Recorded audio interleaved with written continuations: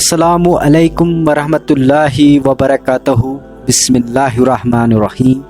امید کرتے ہیں کہ آپ تمام دوست خیریت سے ہوں گے اور اللہ سے دعا کرتے ہیں کہ ہمیشہ خیر و عافیت سے رہیں۔ عزیز دوستو، آج میں آپ کو عاشق رسول صلی اللہ علیہ وسلم حضرت بلال حبشی رضی اللہ عنہ کے بارے میں بات کرنے والا ہوں۔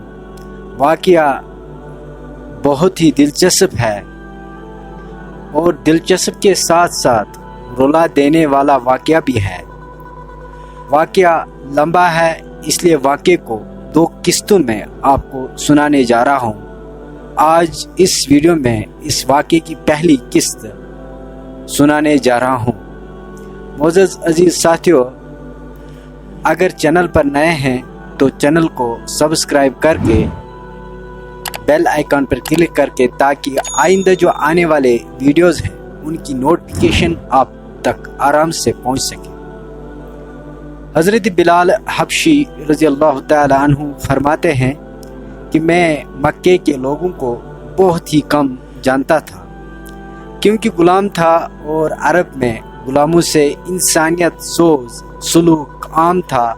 ان کی استطاعت سے بڑھ کے ان سے کام لیا جاتا تھا، تو مجھے کبھی اتنا وقت ہی نہیں ملتا تھا کہ باہر نکل کے لوگوں سے ملوں، لہذا مجھے حضور پاک یا سلام یا اس طرح کے کسی چیز کا قطعی علم نہ تھا۔ ایک دفعہ کیا ہوا کہ مجھے سخت بخار نے آ لیا۔ سخت جاڑے کا موسم تھا اور انتہائی ٹھنڈی، اور بخار نے مجھے کمزور کر کے رکھ دیا تھا، لہذا میں نے لحاف اوڑھا اور لیٹ گیا۔ ادھر میرا مالک جو یہ دیکھنے آیا کہ میں جاؤ پیس رہا ہوں یا نہیں، وہ مجھے لحاف اوڑھ کے لیٹا دیکھ کے آگ بگولا ہو گیا۔ اس نے لحاف اتارا اور سزا کے طور پر میری قمیض بھی اتار دی اور مجھے کھلے صحن میں دروازے کے پاس بٹھا دیا کہ یہاں بیٹھ کے جاؤ پیسیں۔ اب سخت سردی، اوپر سے بخار اور اتنی مشقت والا کام، میں روتا جاتا تھا اور جاؤ پیستا جاتا تھا۔ کچھ ہی دیر میں دروازے پہ دستخط ہوئی۔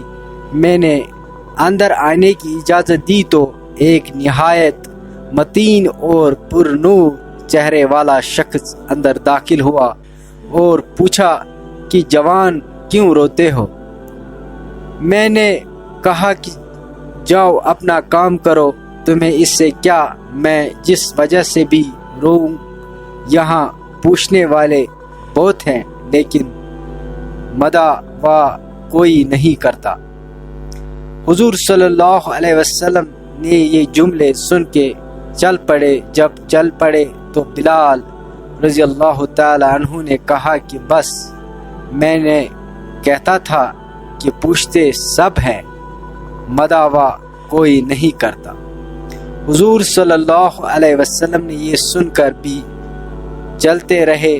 بلال رضی اللہ تعالی عنہ کہتے ہیں کہ دل میں جو ہلکی سی امید جاگتی تھی کہ یہ شخص کوئی مدد کرے گا، وہ بھی گیا، لیکن حضرت بلال حبشی رضی اللہ تعالی عنہ کو کیا معلوم کہ جس شخص سے اب اس کا واسطہ پڑا ہے وہ رحمت للعالمین ہے۔ حضرت بلال حبشی رضی اللہ تعالی عنہ کہتے ہیں کہ کچھ ہی دیر میں وہ شخص واپس آ گیا۔ اس کے ایک ہاتھ میں گرم دودھ کا پیالہ اور دوسرے ہاتھ میں کھجوریں تھی۔ اس نے وہ کھجوریں اور دودھ مجھے دیا اور کہا کھاؤ پیو اور جا کے سو جاؤ۔ میں نے کہا تو یہ جو جاؤ کون پیسے گا؟ نہ پیسے تو مالک صبح بہت مارے گا۔ اس نے کہا تم سو جاؤ، یہ پیسے ہوئے مجھ سے لینا۔ حضرت بلال حبشی رضی اللہ تعالی عنہ سو گئے اور حضور صلی اللہ علیہ وسلم نے ساری رات ایک اجنبی حبشی غلام کے لیے چکی پیسی۔ صبح حضرت بلال حبشی رضی اللہ تعالی عنہ کو پیسے ہوئے جو دیے اور چلے گئے۔ دوسرے رات پھر ایسے ہی ہوا، دودھ اور 2 دوا بلال رضی اللہ تعالی عنہ کو دی اور ساری رات چکی پیسی۔ ایسے 3 دن مسلسل کرتے رہے، جب تک کہ بلال رضی اللہ تعالی عنہ ٹھیک نہ ہو گئے۔ یہ تھا وہ تعارف جس کے بطن سے اس لافانی عشق نے جنم لیا کہ آج بھی بلال رضی اللہ تعالی عنہ کو صحابی رسول، بعد میں عاشق رسول پہلے کہا جاتا ہے۔ نبی کریم صلی اللہ علیہ وسلم کے سارے ہی صحابہ جتنے ہیں، اللہ ان میں عزی اور وہ اللہ سے راضی سارے نبی کے عاشق، دیوانے اور پروانے تھے، پر بلال رضی اللہ تعالی عنہ بلال تھے۔